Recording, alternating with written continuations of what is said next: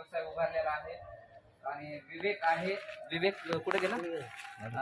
हा त्याच्या हाताला लागलेला आहे, परंतु तो सर्व शेडचं काम करतो. आणि आपण इथे मुक्त संचार गोठा केलेला आहे.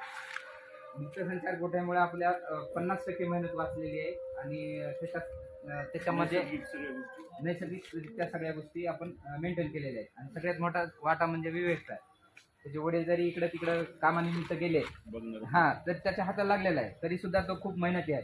आणि आपण याचा आदर्श घ्यावा, आपल्या लेकरांना पण शेतीपूरक व्यवसायामध्ये हे करावं. आणि सगळ्यात महत्त्वाचं म्हणजे ताई साहेबांनी आपल्याला शेतीसारखाच आता पशुसंवर्धन विभाग सुद्धा व्यवसायाचा दर्जा दिलेला आहे. त्याच्यामुळे आपल्याला कर्ज असो, कर्जाला सबसिडी असो, आणि सगळ्यात महत्त्वाचं म्हणजे शेतकऱ्यांसाठी सोलार असो, पशुसंवर्धनासाठी हे उपलब्ध करून दिलेलं आहे. गेल्या आठवड्यातच ताई साहेबांनी हा खूप मोठा निर्णय घेतलेला आहे आणि त्याच्यासाठी आपल्या डिपार्टमेंट मार्फत सुद्धा चालू आहे. सर्व जे डेअरी फार्मिंग व्यवसायातले शेतकरी आहेत, शिपबोट मधले आहेत, शेळी मेंढी मधले आहेत आणि पोल्ट्री मधले आहेत, सर्वांच्या आपल्या डिपार्टमेंट मार्फत नोंदणी चालू आहे.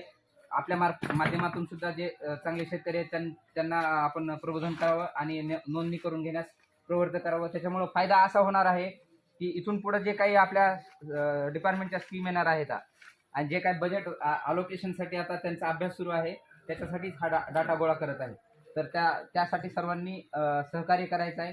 आणि आपल्या आज कार्यक्रमासाठी लाभलेले तालुका अध्यक्ष नाना भगत सर आणि गणेश भाऊ कराड आणि इथं जमलेले माझे सर्व बंधू आणि पशुपालक मित्र यांना मी आज यांच्या नानांच्या हस्ते जे प्रगतशील शेतकरी आहेत त्यांचा आपण सत्कार करणार आहोत आणि त्यांना आपण कॅल्शियमच्या किटचं वाटप करणार आहोत.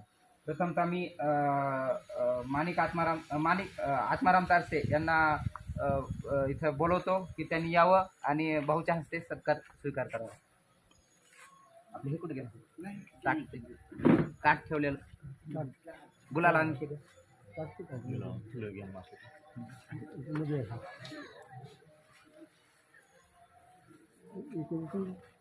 या दादा मध्ये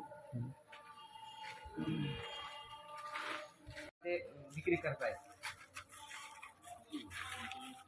संकलन इथलं 55 लिटर आहे. हा काही गाब नाही. चव्हाण साहेब या ना.